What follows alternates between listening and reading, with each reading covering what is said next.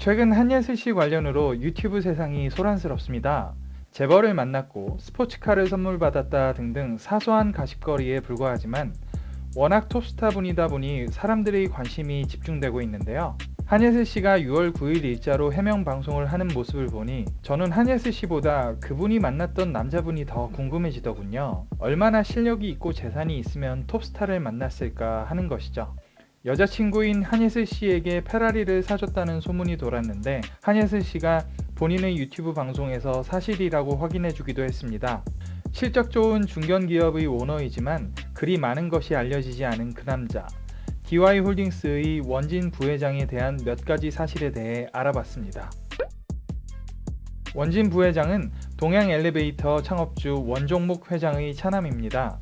원종목 회장은 60년대 초반 한국에서 처음 엘리베이터 사업을 시작했는데요. 해외여행이란 개념 자체가 없던 1960년 세계여행을 다니다가 이탈리아 아파트 공사장에서 엘리베이터를 처음 보았다고 합니다. 한국에도 이런 엘리베이터가 필요할 것이라고 생각한 원종목 회장은 이후 귀국해 동양엘리베이터를 설립하게 됩니다. 이때 종로 세운상가의 엘리베이터를 이탈리아 피암사의 제품으로 설치하며 본격적으로 엘리베이터 사업에 진출하게 되었다고 합니다. 여담입니다만 원종목 회장은 수필로 등단한 작가이기도 하며 월간 에세이라는 잡지까지 출판하고 있는 분입니다. 1991년 향싼 종이에선 향내나고 생선싼 종이에선 비린내 난다는 수필집을 발간해 30만 부 이상 판매되기도 했다고 하는데 사업과 문학 모두에 실력이 있는 분이신 거죠. 원진 부회장은 원종목 회장의 차남으로 1973년생입니다. 경복고등학교를 졸업했고 브라운대에서 경제학으로 학사를 마쳤습니다. 73년생이니 평준화 시절의 경복고등학교를 졸업한 것이긴 하지만 이재용 회장 같은 경복고 인맥과 형동생 사이로 지냈다고 합니다. 현재 동양엘리베이터는 티센크루프에서 인수한 상황입니다만 이전에는 동양엘리베이터에서 부사장까지 지냈었고 현재는 DY홀딩스, DY푸드, SFA 등을 이끌고 있습니다. 원진 부회장이 현재 직함을 가지고 있는 회사는 많습니다만 그 중에 가장 핵심적인 회사는 DY홀딩스입니다. 동양엘리베이터를 티센크루프에 매각하기 전까지 자산 규모는 2천억대였으나 DY홀딩스를 설립한 후 17개의 계열 회사를 거느린 기업으로 성장했죠.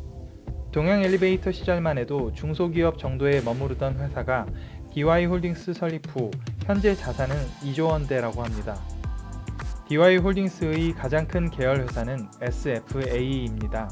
원래 삼성항공에서 출발한 SFA는 2003년 삼성이 지분 전량을 매각하자 이후 한동안 대주주들이 여러 차례 바뀌면서 존폐 기로에 놓이게 됩니다.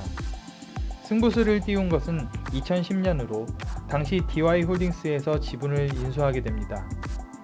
엘리베이터 사업을 했던 원진 부회장이 SFA를 인수하게 되는 데에는 썰이 있는데 경복고등학교 동문으로 오랫동안 이재용 회장과의 사적 친분이 있었고 SFA가 삼성과 관련된 장비 핵심 기술을 다루는 회사였다는 점 등의 이유로 기왕이면 잘 아는 이가 인수하길 바랬기에 가능했다는 설이 유력합니다. 이후 2015년에는 STS 반도체를 인수하며 반도체 관련 장비업까지 진출합니다. 연속된 인수합병은 대성공을 기록하게 되어 2020년 기준으로 SFA는 1조 5천억, SFA 반도체는 5,700억의 매출을 올리고 있어 원진 부회장의 결정은 탁월한 선택이었음이 입증되고 있습니다. 와우.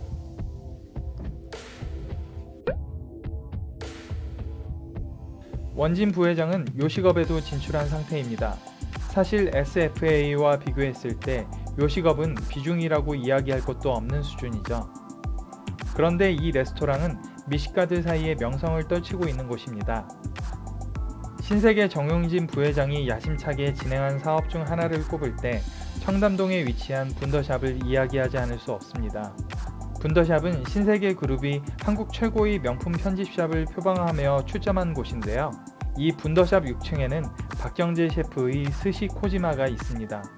처음 출점했을 당시만 해도 한간에 떠돌았던 이야기가 있는데요. 정용진 부회장이 분더샵에 프리미엄 이미지를 주는 방법 중 하나로 한국 최고의 스시집을 입점시키기로 한 것 아니냐는 썰이었습니다. 그런데 실제로는 원진 부회장이 분더샵에 입점시킨 것이죠. 코지마의 박경재 셰프는 초밥의 달인으로 명성이 자자하신 분입니다. 원진 부회장이 개인적으로 스시를 너무 좋아해서 출점을 한 것인지 아니면 코지마를 토대로 요식업에 진출하려는 것인지는 모르겠습니다. 하이엔드 요식업은 생각처럼 많이 남지 않기로 알려져 있는데요. 수익 구조가 뻔히 보이겠지만 미슐랭 투스타를 운영한다는 상징성, 재계 인사들과의 만남을 가지며 자연스레 자신의 실력을 보여준다는 점 등 코지마 자체의 수익보다 원진 부회장 자체의 이미지에 도움된다는 것이 코지마에 투자한 가장 큰 이유가 아닐까 개인적으로 추측해봅니다. 코지마는 2021년 기준으로 스시집으로는 한국 유일의 미슐랭 투스타 업장입니다. 분명 비싼 곳이지만 박경재 셰프를 따르는 스시 매니아들도 많고 스시 업계에서도 하나의 기준이 되는 업장입니다. 사업체가 물론 돈도 중요하지만 오너로서 자부심이 중요한데 그런 면에서 만족감을 줄 수 있는 업장이 아닐까 싶네요. 부호들의 집은 사람들에게 흥미있는 관심사가 됩니다. 생전의 이건희 회장은 한남동 자택 근처에 몇 채를 더 가지고 있었고 회장님들은 서울 시내만 세컨하우스나 서드하우스까지 가진 경우도 많죠. 얼마 전 강북 최고가 분양으로 이름을 날린 집이 있습니다. 타운하우스 분양으로 이름을 날리고 있는 회사 중 장학건설이란 회사가 있는데요. 이 장학건설은 인사동 쌈짓길 등을 시공하며 명품 건축으로 유명합니다. 논현동에도 독특한 디자인의 의화 빌딩을 시공했고 이 빌딩은 2007년 한국건축문화대상을 수상하기도 했습니다. 이외에도 논현동 로얄토토 사옥, 최고가 퍼블릭 골프장으로 유명한 남해 사우스케이프 오너스클럽 시공에도 참여한 작지만 강한 건설사죠. 이 장학건설이 프리미엄 주거시설을 표방하며 건설한 것이 바로 유엔빌리지에 위치한 타운하우스, 장학파르크 한남입니다. 파르크 한남은 강북 최고 분양가로 이름을 날리고 있는데요. 원진 부회장이 바로 이곳의 펜트하우스 2채를 분양받았습니다. 하늘 높은 줄 모르는 집값 상승세가 이어지고 있는 상황이지만 이 파르크 한남 펜트하우스의 가격은 상상을 초월합니다. 한 채에 무려 170억이나 하는 펜트하우스를 2채나 분양받은 것도 놀라운데 340억이란 거금을 모두 대출 없이 현금으로 분양받았다고 하네요. 누구나 그렇지만 특히나 돈 많으신 분들은 보안이 철저한 곳을 원하는데 그런 면에서 유엔빌리지의 폐쇄성과 한강을 바라보는 입지가 원진 부회장의 마음을 사로잡았던 것 같습니다. 원진 부회장은 부동산 임대업체인 원파이낸스 등의 지분도 보유하고 있지만 아직 특별히 다른 수익형 부동산 관련 투자 내용은 알려진 것이 없습니다. 동양 엘리베이터를 매각하고 DY홀딩스를 처음 창업했을 때만 해도 이 정도의 성과를 낼지에 대해서는 의문이 많았다고 하는데요. 말 그대로 자타공인 성공한 경영자로서 실적을 쌓아가고 있는 것 같습니다. 사업가로서 원진 부회장의 성공을 응원하겠습니다.